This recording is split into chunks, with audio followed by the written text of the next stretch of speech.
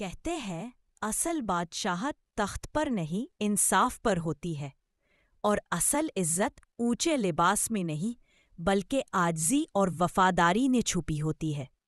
غزنی کی سرزمین پر ایک ایسا سلطان حکومت کرتا تھا جس کا نام سن کر دشمنوں کے قدم لرز جاتے تھے۔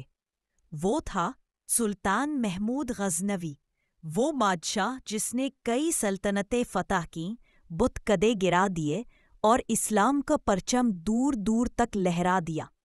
لیکن اس کی سب سے بڑی پہچان صرف فتوحات نہ تھی بلکہ عدل اور انصاف تھا۔ غزنی کا محل اپنی شان و شوکت میں مثال تھا۔ سنہرے ستون، جواہرات سے جگمگاتے ہال اور ایک تخت جس پر دنیا کا سب سے طاقتور بادشاہ بیٹھتا تھا۔ ہر روز دربار لگتا، وزیر، امراء اور بڑے بڑے سردار حاضر ہوتے۔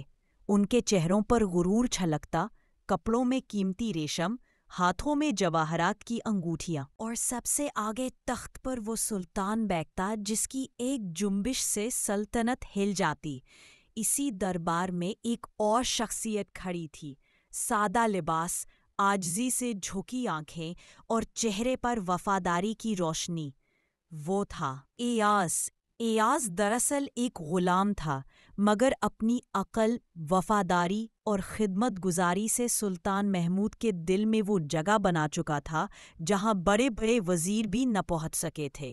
یہی بات دربار کے امراء کو کھٹکتی تھی۔ وہ بارہا دل میں سوچتے، ہم دولت والے ہیں، جنگوں کے ساتھی ہیں، بڑے خاندانوں سے تعلق رکھتے ہیں، لیکن بادشاہ کی قربت ہمیں نہیں، ایک غلام کو کیوں ملی؟ ایک دن ان میں سے چند نے ہمت کر کے بات کہہ دی۔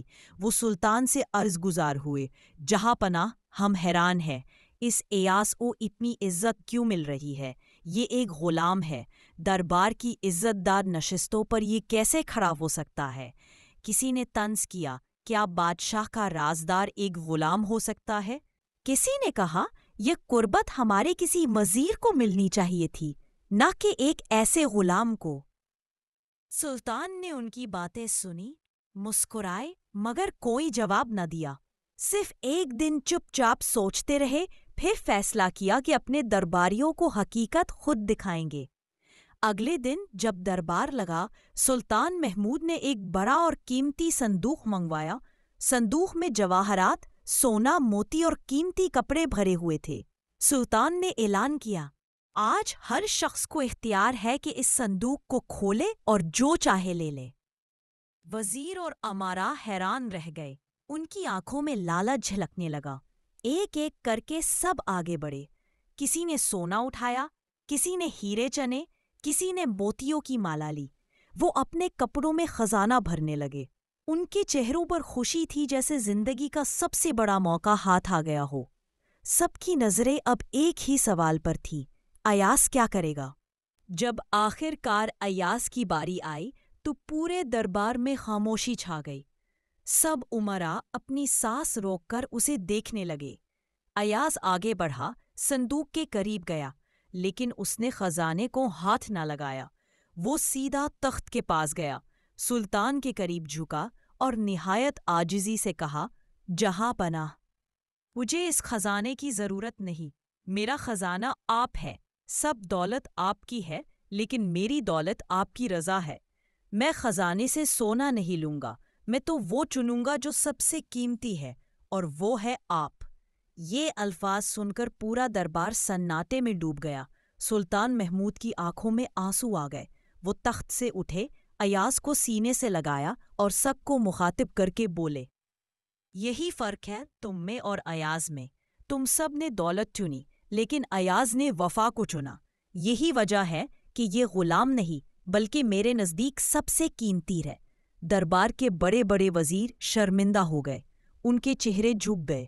انہیں سمجھ آ گیا کہ قربت دولت سے نہیں ملتی بلکہ وفاداری سے ملتی ہے۔ ایاز اس دن سے صرف ایک غلام نہ رہا بلکہ ایک مثال بن گیا۔ اس کی عاجزی اور وفاداری نے اسے وہ مرتبہ دیا جو بڑے بڑے امراء کو بھی نصیب نہ ہوا، اور تاریخ نے لکھ دیا بادشاہ اور غلام کی کہانی کو عزت اور عاجزی کی مثال کے طور پر۔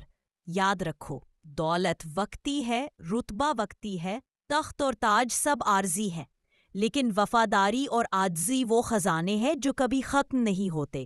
یہی اصل بادشاہت ہے۔ آپ کے خیال میں آج کے دور میں ایاز جیسی وفاداری اور عاجزی کیوں کم ہو گئی ہے؟ اپنی رائے کمنٹس میں ضرور لکھیں۔ اگر آپ کو یہ کہانی پسند آئی تو اسے دوسروں کے ساتھ شیئر کریں تاکہ یہ سبق ہر دل تک پہنچے، اور مزید ایسی تاریخی اور ایمان افروز کہانیوں کے لیے ہمارا چینل سٹوریز ہب ضرور سبسکرائب کریں۔